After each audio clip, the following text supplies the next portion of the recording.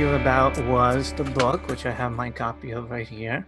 Make it a habit. Can I show it? There we go. Okay. And we want to talk a little bit about, you talk about tradition and non-traditional healthcare. Let's talk a little bit about that first, about your background. Okay, well, I started off with a traditional mode. I'm a nurse. I'm a registered nurse. And I did nursing. I did cardiac operating room nursing for many, many years. At St. Francis, I was in charge of that unit in the operating room. And I actually published for my journals there, for medical journals. And I really thought that I was going to be in that field forever.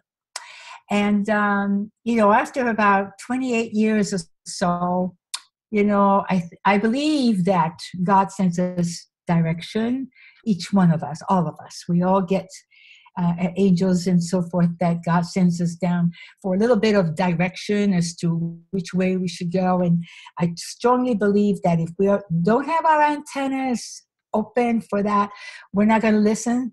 But if we have our antennas, we pay attention.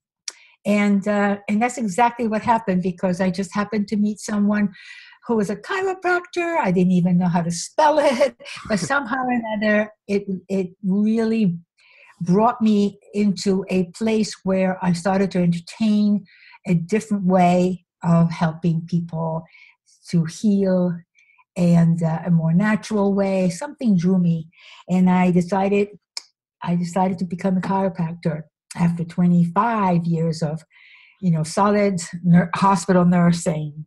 Wow. Acute care. Wow. So I did that. Yeah, I became a chiropractor. I went to school. I was the oldest in my class, a large class. I was 47 when I started chiropractic. Difficult because, I kept saying to myself and child, no, that can't be. No, there's germs there. And it really was difficult for me to change my way of thinking, but I did. And from there, I moved on to, again, an angel came around and said, take this, do this. And I followed that direction. And the next thing I know, I'm in acupuncture school. And I'm now 57, and I'm in acupuncture school. And I combined the two. So I went from that sort of a real traditional kind of medicine, Western approach, to a more Eastern and more, what's the word, alternative kind of care. And that's where I stayed for a long, long time. Oh, wow. Cool. Now, do you take from both worlds at this point in your health? Are you traditional or?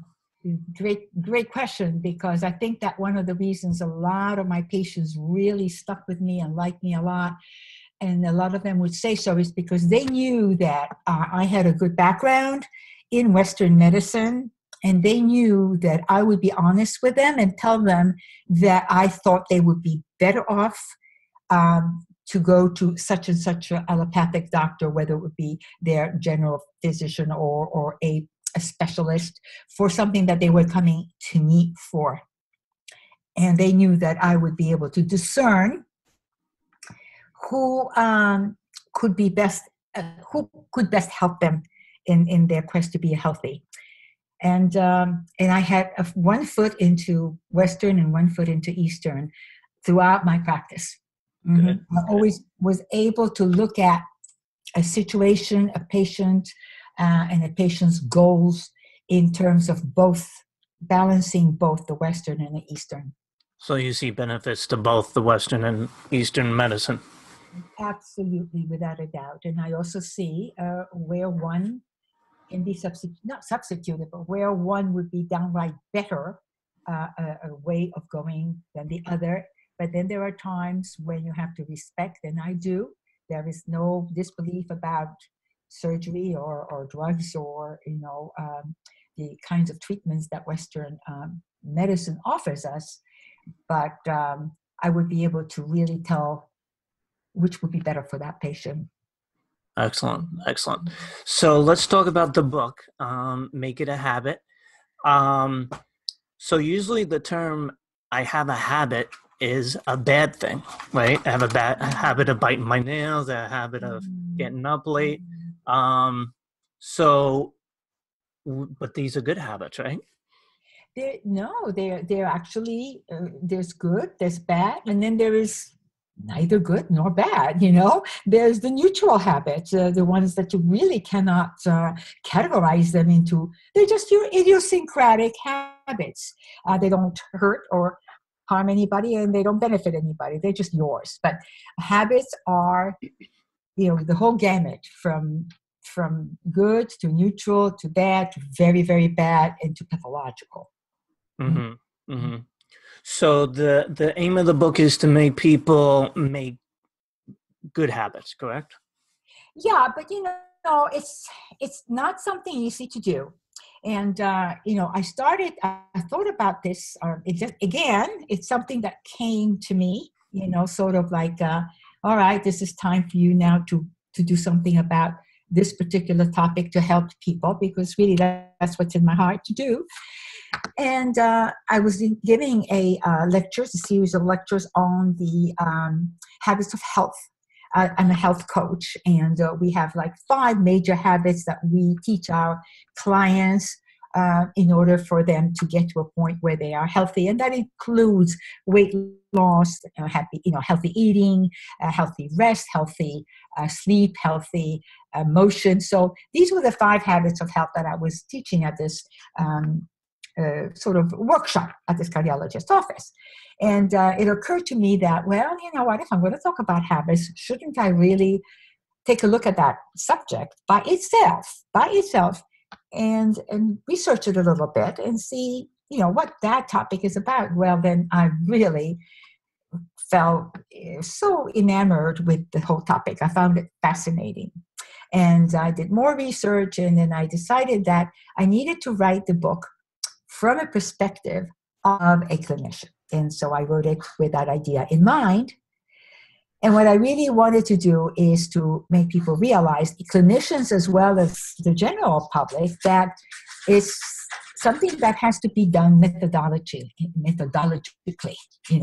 It's not just something that you decide to do and then you're going to tackle them all, and then you find yourself unable to fulfill your goal. And that there was a way, and there are methods. And I wanted to bring into my book, what was going on, what were the different techniques and methods that others that I've just mentioned have written about it. And each author had his own spin and his own idea about a particular way to either create a new habit and to also change a bad one to a new one.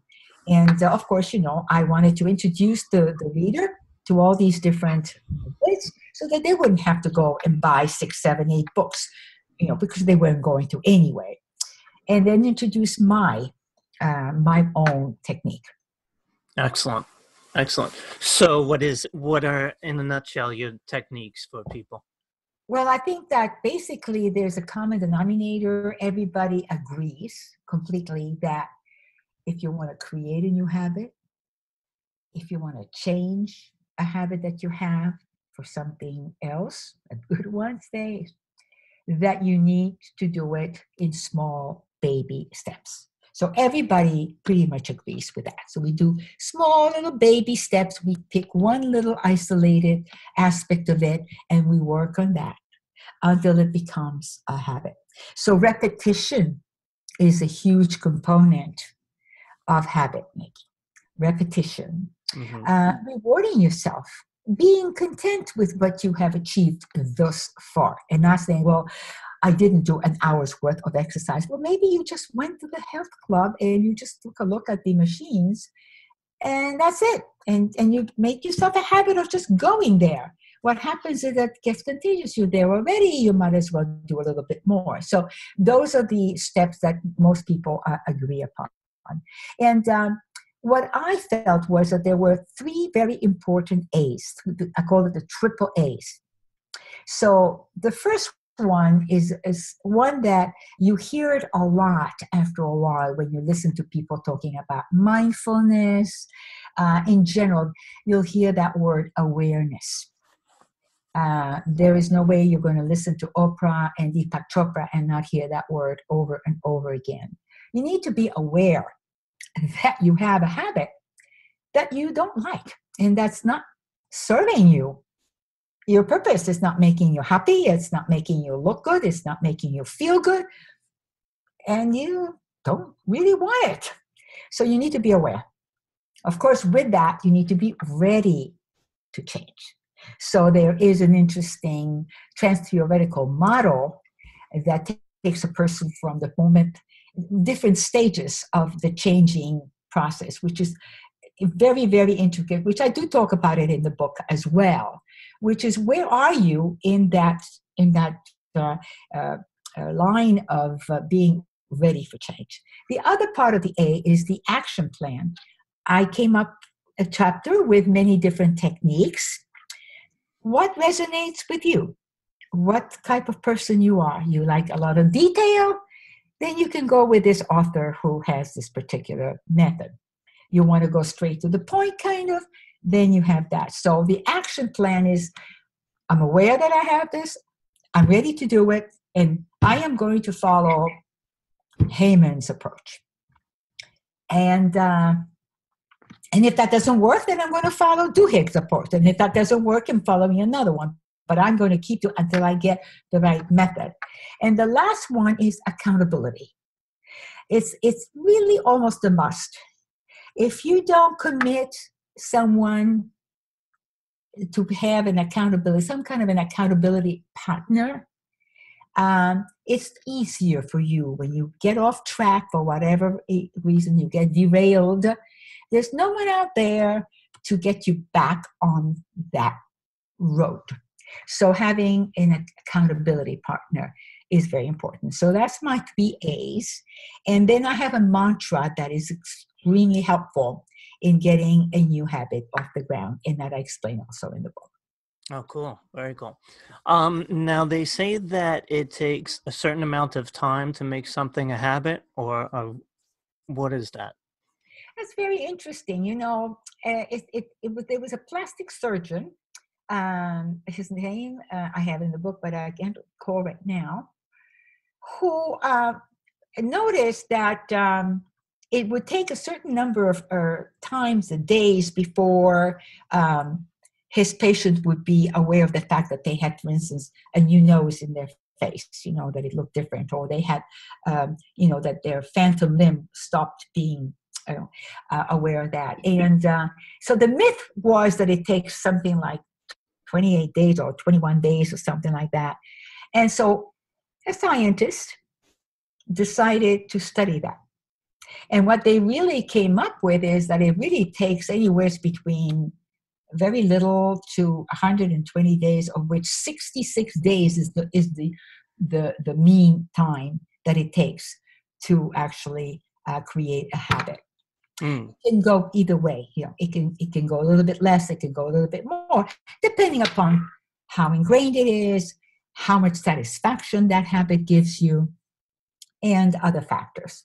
But it is a myth to think that it's going to be 21 days. Doesn't exist. It doesn't. So more like 66. Yeah, more like 66, and it could be, there is a little bit of a balance and varying with that number. But certainly it's not a dogmatic thing, 21 days. Good. Okay, so what are some habits that you've kicked on yourself? For my personal ones, I had the habit of always drinking a glass of wine at 5 o'clock in the afternoon. And my husband was concerned. He thought, hey, you really just getting serious here, And I realized that it was a habit. And what I had to do with that is I had to really, and this is coming from Duhigg's thinking, that I had to really dissect a little bit and see what was it about that 5 o'clock hour that I needed to have a drink. And actually, what it was is I needed a break. And I found that if I just, took a break from the writing and before I went into the kitchen to start cooking, if I could just sort of balance out those two, maybe take a walk or do a little class, exercise class or something, that would satisfy me just fine. And I really did not need the wine, but I was using the wine as break time, as a transition from writing to cooking. Right. So Very that was, cool. let's see now. I was never a procrastinator, but I've helped a lot of people with that, because that's a biggie. A lot of people miss out on a lot of opportunities in life because they kept putting it off, and then before you knew it, there was no opportunity anymore. They didn't have that chance anymore. They didn't take it and do it when they should have been doing it. So that's one that I really enjoy helping people with. Interrupting is a habit that can be very difficult for some people to change, but that very often comes from the way you're brought up. So it doesn't matter where it starts, it's a habit. So, and there are ways that you can tackle every one of those. Over worrying, that's a bigger one too. Very over worrying, not just normal worrying, but over worrying. And they can all be pretty much tackled in the same idea of a little bit at a time and repeat. Excellent. So what are some of the good habits that you've developed? Well, I was never big on exercise when I was younger.